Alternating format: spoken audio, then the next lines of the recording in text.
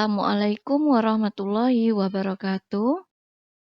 Berjumpa lagi dengan Ibu pada pembelajaran kimia. Pertemuan kali ini kita masih membahas larutan penyangga. Nah, larutan penyangga juga disebut dengan baper. Kali ini kita akan membahas tentang larutan penyangga dalam kehidupan sehari-hari. Baik, sebelum kita mulai, mari kita membaca basmalah. Bismillahirrahmanirrahim.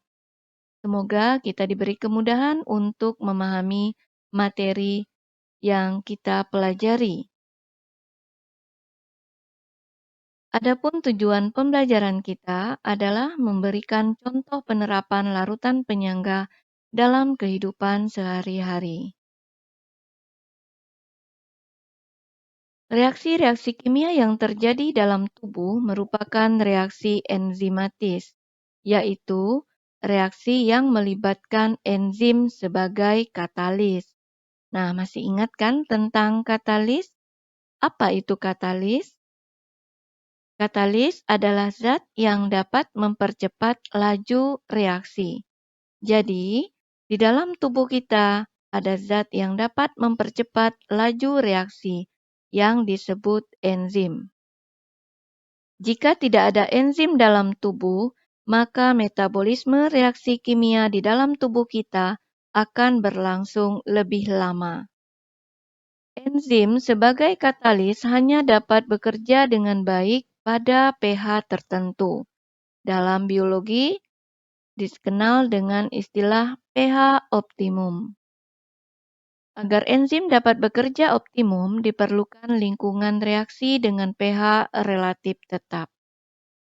Maka itu, di dalam tubuh kita juga terdapat larutan penyangga. Di dalam setiap cairan tubuh, terdapat pasangan asam basa konjugasi yang berfungsi sebagai larutan penyangga. Dalam tubuh manusia, sistem larutan penyangga terdapat dalam sel, cairan antar sel, dan dalam darah. Seluruhnya memiliki fungsi yang berbeda dalam mempertahankan pH.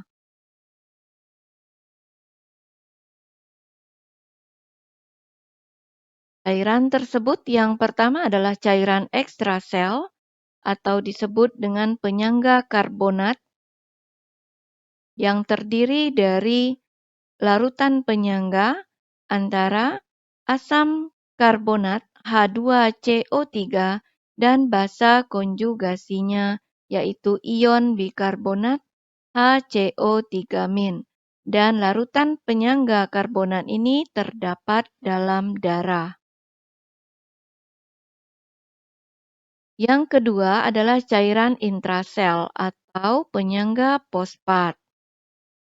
Penyangga fosfat terdiri dari H2PO4- dan HPO42- sebagai basa konjugasinya.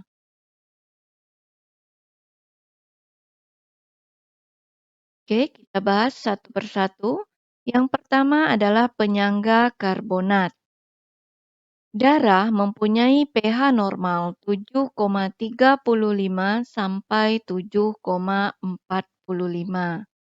Sehingga ketika darah kemasukan berbagai zat yang bersifat asam maupun basa, maka perubahan pH dapat dinetralisir.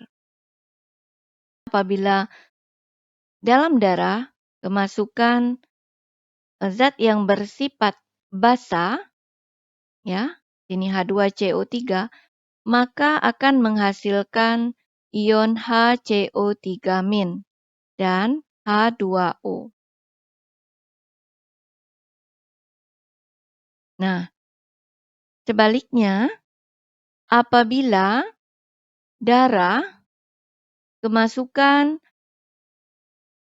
zat yang bersifat asam, maka ion H+ akan bereaksi dengan ion HCO3- akan menghasilkan H2CO3. Perbandingan konsentrasi H2CO3 dan konsentrasi HCO3- diperkirakan sebesar 20:1. Hal ini dikarenakan adanya kesetimbangan antara gas CO2 yang terlarut dalam darah dengan H2CO3, serta kesetimbangan kelarutan gas CO2 dan paru-paru dengan CO2 yang terlarut. Apabila dalam darah banyak terlarut H2CO3, maka darah akan melepaskan gas CO2 ke dalam paru-paru. Jika proses metabolisme meningkat, misalnya di saat kita berolahraga, maka pada proses metabolisme tersebut banyak dihasilkan zat-zat yang bersifat asam. Nah, zat-zat yang bersifat asam yang masuk ke dalam aliran darah yang bereaksi dengan HCO3- di sini akan menghasilkan H2CO3. Nah, tingginya kadar H2CO3 mengakibatkan turunnya nilai pH. Untuk menjaga agar pH tidak terlalu rendah, maka H2CO3 akan segera terurai menjadi CO2 dan air. Akibatnya, pernapasan akan berlangsung lebih cepat agar darah dapat membuang CO2 ke dalam paru-paru lebih cepat pula. Sebaliknya,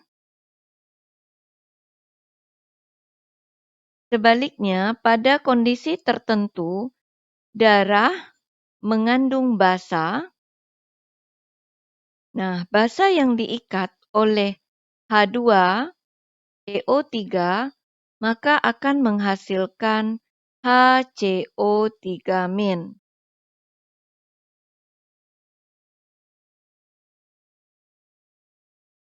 Nah, ketika basa yang diikat oleh H2CO3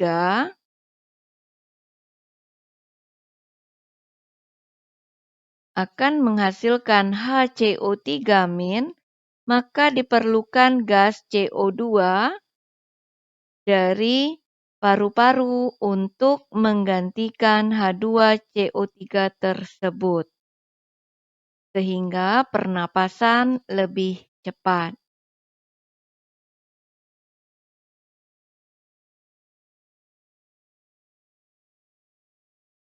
Nah, diperlukan karbon dioksida di sini untuk menjaga agar kadar H2CO3 dalam darah tetap. Maka diubah menjadi CO2 dan dibuang oleh paru-paru. Apabila pH darah dalam tubuh terlalu rendah, kondisi tersebut disebut asidosis. Sedangkan apabila pH darah dalam tubuh terlalu tinggi disebut alkalosis. Jadi, apabila pH darah lebih kecil dari 7, maka kondisi tersebut akan disebut dengan asidosis. Sedangkan apabila lebih dari 7,8 itu tergolong terlalu tinggi, maka kondisi disebut alkalosis. Yang kedua adalah penyangga fosfat. Cairan intrasel yaitu H2PO4- dan HPO42- yang merupakan basa konjugasinya. Nah, apabila HPO42- ini di dalam cairan intrasel kemasukan H+ atau asam, ya, bereaksi dengan asam, maka dia akan menghasilkan H2PO4-. Selanjutnya, apabila kemasukan zat yang bersifat basa, maka dia akan bereaksi dengan H2PO4- menghasilkan HPO4 2- dan H2O. Nah, jadi cairan sel itu merupakan media untuk reaksi metabolisme. Nah, reaksi metabolisme ini melibatkan enzim. Enzim bekerja dengan baik pada pH tertentu, sehingga pH cairan sel itu harus tetap dijaga. Ya, jadi cairan intrasel atau adanya zat metabolisme yang bersifat asam tadi, di sini bisa menurunkan nilai pH cairan intrasel jika zat yang bersifat asam bereaksi dengan HPO4 2-. Begitu sebaliknya, apabila zat yang bersifat basa bereaksi dengan H2PO4-, maka zat ini dapat menaikkan nilai pH cairan intrasel. Jadi, intinya pH cairan sel harus tetap dijaga. Oke, yang berikutnya adalah penyangga dalam obat-obatan. Nah, di sini obat, contohnya adalah aspirin. Aspirin itu sebagai obat penghilang rasa nyeri. Aspirin mengandung asam asetil salisilat. Beberapa merek aspirin juga ditambahkan zat untuk menetralisir kelebihan asam di perut, seperti MGO. Kemudian obat tetes mata. Obat tetes mata pH-nya harus sesuai dengan pH cairan tubuh. Obat tetes mata harus memiliki pH yang sama dengan pH air mata agar tidak menimbulkan iritasi yang mengakibatkan rasa perih pada mata. Yang berikutnya obat suntik. Nah, obat suntik pH-nya juga harus disesuaikan dengan pH darah. Cairan infus berisi larutan garam dan nutrisi yang diperlukan tubuh. pH-nya sesuai dengan pH tubuh. Kemudian penyangga dalam industri. Dalam industri, larutan penyangga digunakan untuk penanganan limbah. Larutan penyangga ditambahkan pada limbah untuk mempertahankan pH 5-7,5.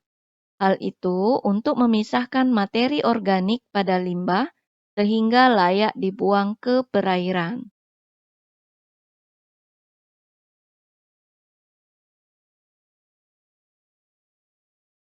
Oke, sampai di sini dulu penjelasan tentang larutan penyangga dalam kehidupan sehari-hari. Terima kasih, semoga bisa dipahami. Kita tutup dengan mengucapkan hamdalah. Alhamdulillahirrabbilalamin. Wassalamualaikum warahmatullahi wabarakatuh.